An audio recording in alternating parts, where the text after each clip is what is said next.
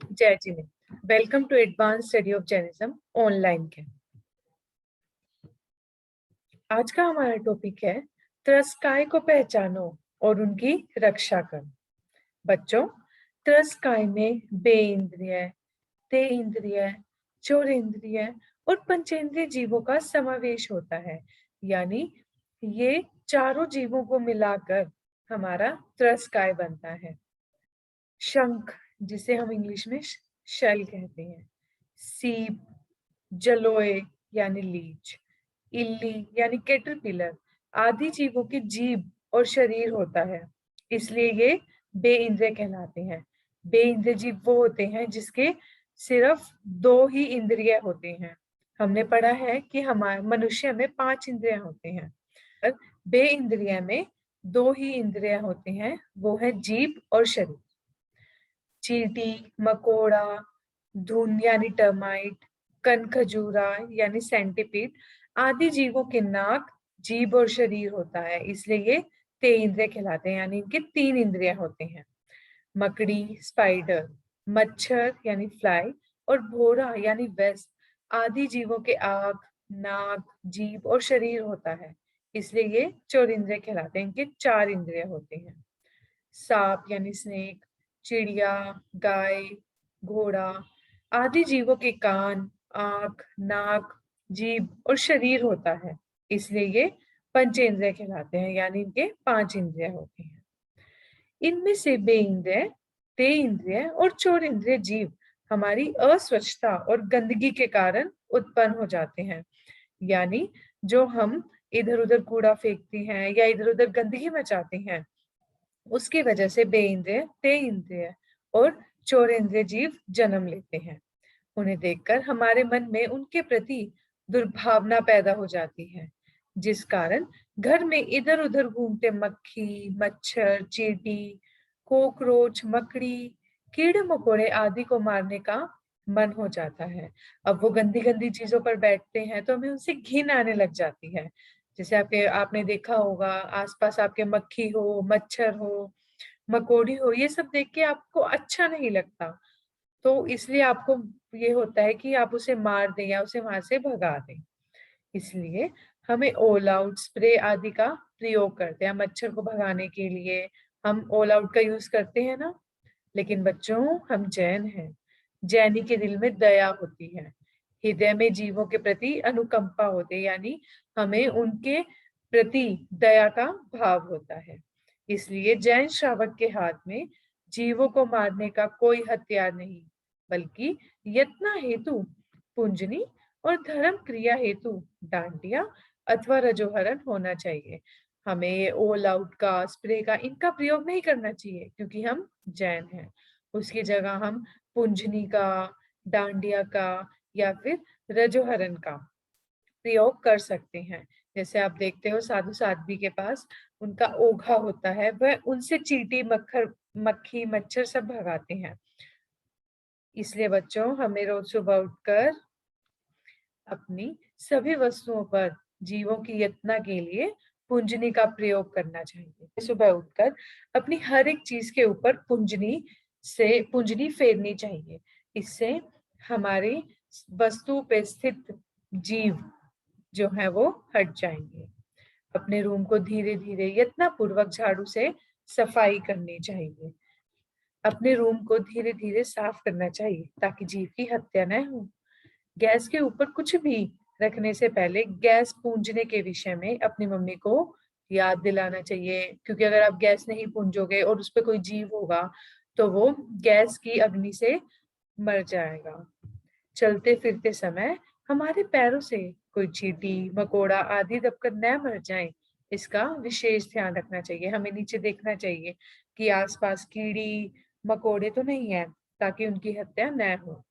बिना किसी कारण के व्यर्थ में इधर उधर भागना दौड़ना नहीं चाहिए।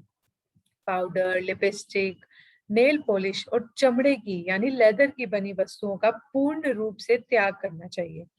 हमें लिपस्टिक का, पाउडर का, नेल पॉलिश का और लेदर यानी चमड़े की वस्तु का प्रयोग नहीं करना चाहिए, क्योंकि ये जानवरों की हत्या करके बनाई जाती है। जो विद्यार्थी इन बातों का भली प्रकार पालन करेगा वही भगवान महावीर की सच्ची संतान कहलाएगा। बच्चों, जितनी भी क्रीम, लिपस्टिक, नेल पॉलिश आदि सुगंधित सामान है वे सभी पंचेंद्रिय जीवों की हत्या करके बनते हैं। पंचेंद्रिय जिनकी 5 इंद्रियां होती हैं। हमारे मौज शौक के लिए कोई बेचारा पशु अपनी जान खो बैठे, क्या यह उचित है? नहीं ना। इसलिए हमें इनका प्रयोग नहीं करना चाहिए, क्योंकि अगर हम प्रयोग छोड़ देंगे, हम उसको यूज करना छोड़ देंगे, तो फिर फैक्ट्रीज बंद हो जाएंगी और फिर हम जानवर भी बच जाएंगे। बच्चे, नहीं दीदी, यह उचित नहीं है। शिक्षक, तो बच्चों सोचिए, जब हमें हल्की सी चोट लग जाती है तो हमें कितना दुख होता है, और यदि किसी जानवर और उसके बच्चे को अपने सुख के लिए मार दिया जाए तो उन्हें कितना दुख होता होगा, है ना। इसलिए हमें जीवों की रक्षा करनी चाहिए। शिक्षक, इसलिए बच्चों इन वस्तुओं के साथ साथ हमें सिल्क के कपड़ों का प्रयोग भी नहीं करना चाहिए। बच्चे, ऐसा क्यों? उसमें आखिर ऐसा क्या है? शिक्षक, बच्चों सिल्क के कपड़े का एक धागा हजारों लाखों इलियों यानी सिल्क वॉर्म को मारकर तैयार किया जाता है। आप पिक्चर में देख रहे हैं, ये सिल्क वॉर्म्स होते हैं। ये बहुत सारे सिल्क वॉर्म्स को मिलाकर एक धागा बनता है, यानी बहुत सारे सिल्क वॉर्म्स की हत्या कर कर एक धागा बनता है। इसके अलावा अपने गर्म दूध अथवा चाय के कप को खुला नहीं रखना, क्योंकि यदि उसमें मक्खी आदि जीव गिर जाए तो उनकी मृत्यु हो जाने से उसका पाप हमें लगता है। ठीक है, आप जब चाय पिए, दूध पिए तो उसको ढक कर रखें, उसको खुला मत छोड़ें, क्योंकि अगर उसमें कोई मक्खी मच्छर गिर गया तो हमें उनके जीव का पाप लगता है, हमें उनकी मृत्यु का पाप लगता है। अतः हमें छोटे से लेकर बड़े जीवों पर दया रखनी चाहिए। जिस प्रकार एक छोटे से खरगोश पर दया करने से उस हाथी की सद्गति की प्राप्ति हो गई थी, उसी प्रकार दया का भाव रखने से भविष्य में हमें भी सद्गति की प्राप्ति होगी। तो चलिए अब हम हाथी की स्टोरी पढ़ते हैं। हाथी का अनुकंपा और दया। एक समय की बात है, एक जंगल में अनेक जानवर रहते थे। उनके साथ एक हाथी भी रहता था। एक दिन जंगल में भयंकर आग लग गई, यानी बहुत बड़ी आग लग गई। हाथी सहित जंगल के सभी जानवर अपनी अपनी जान बचाने के लिए सुरक्षित स्थान की तरफ भागने लगे। थोड़ी देर में सभी जानवर सुरक्षित स्थान पर पहुंच गए। वह स्थान पूरी तरह से जानवरों से। तभी उस हाथी के शरीर में अचानक खुजली उत्पन्न हो गई, यानी उसे इरिटेशन होने लगी अपनी बॉडी पे। जैसे ही उसने खुजली मिटाने के लिए अपना पैर ऊपर किया, तभी खाली जगह देख एक छोटा सा खरगोश कूदा और उसके पैरों के नीचे की खाली जगह पर आकर बैठ गया। यहाँ पिक्चर में भी देख रहे हैं, हाथी ने अपना पैर उठाया था खुजली करने के लिए, पर वो खरगोश वहां आकर बैठ गया। जब हाथी अपना पैर नीचे रखने लगा, तभी उसकी नजर पैर के नीचे बैठे खरगोश पर पड़ गई।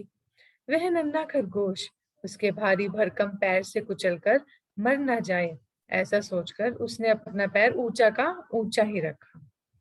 3 दिनों तक जंगल में आग सुलगती रही और हाथी भी 3 दिनों तक अपना पैर ऊपर करके खड़ा रहा। 3 दिन के बाद आग के शांत हो जाने के बाद जंगल के सभी जानवर और खरगोश अपने अपने स्थान को लौट गए। तभी हाथी के मन में इस बात की बेहद खुशी थी कि उसने एक खरगोश के प्राणों की रक्षा की है। इसके बाद हाथी ने अपना पांव नीचे रखने की बहुत कोशिश की, परंतु शरीर के बुरी तरह जकड़ जाने से वह अपना पैर नीचे नहीं रख सका। यानी उसने काफी टाइम तक अपना पैर ऊपर रखा था, तो उसका शरीर जकड़ गया था और यकायक बेहोश होकर जमीन पर गिर पड़ा। यानी हाथी बेहोश हो गया, फेंट हो गया और वो जमीन पर गिर गया। फिर भूख प्यास के कारण थोड़े दिन बाद वह मर गया, वहीं की वहीं बेहोश हुआ और फिर मर गया। इसी जीव दया और अनुकंपा के कारण उस हाथी ने अगले जन्म में राजा श्रेनिक के घर उसके पुत्र मेघ कुमार के रूप में जन्म लिया। तो बच्चों, हमें भी उस हाथी के समान अपने हृदय में दया और करुणा के भाव रखना चाहिए, परंतु स्वार्थ पूर्ति के लिए हम किसी भी जीवों की हिंसा नहीं करनी चाहिए। तो आप सभी जीवों की हिंसा न करें तथा दूसरों को भी समझाएं कि हमें जीवों की हिंसा नहीं करनी चाहिए और जो चीजें जीवों को मारकर बनती हैं जैसे लिपस्टिक, नेल पॉलिश आदि चीजों का प्रयोग हमें नहीं करना चाहिए। जय जवान।